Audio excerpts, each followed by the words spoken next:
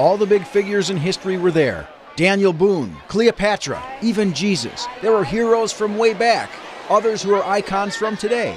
Walking around the Osakis Gymnasium, all you did is simply click the button in front of the characters, and the fourth grade actors told you about who they are.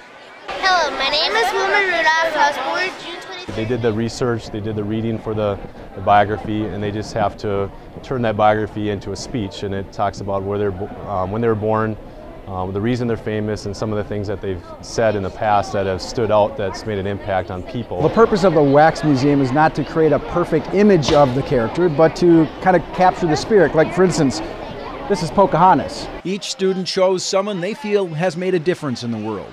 For instance, Thomas chose Ivan Pavlov. I also did an experiment with dogs and a bell to see what classical conditioning was.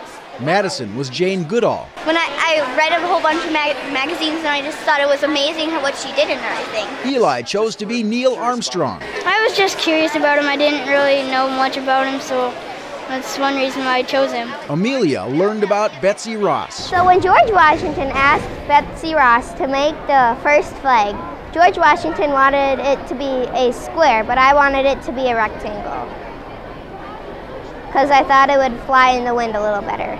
There was the king of pop, Michael Jackson, and Noah, well, he went as the king, Elvis Presley. Did you know that I am an 8th degree black belt in karate? Maybe that explains why I can move my hips the way I do.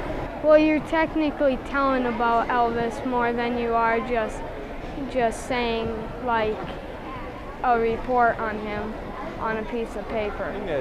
The neatest part to me is watching how parents see what their kids are capable of doing, because a lot of times we just assume that kids can't accomplish something at this grade of memorization or just studying in depth of something, but that's what they're really proud of, to see their kids do something they didn't think they could do. And they can do it. You know, we just have to believe that these kids are capable of more and just let them try it. It's very good. I'm impressed of what they can, how they can get out in front of people and do this, you know, and they have studied what they are presenting and stuff. It seems like are very good about it and stuff. I think it's a very good experience for them to face people. With the public watching, including next year's 4th grade class, the students did their best to inspire and educate. And after going through the exhibit myself, I think they did a very nice job. Thank you very much. For the Voice of Alexandria, I'm Joe Kurkowski. Gladys Presley.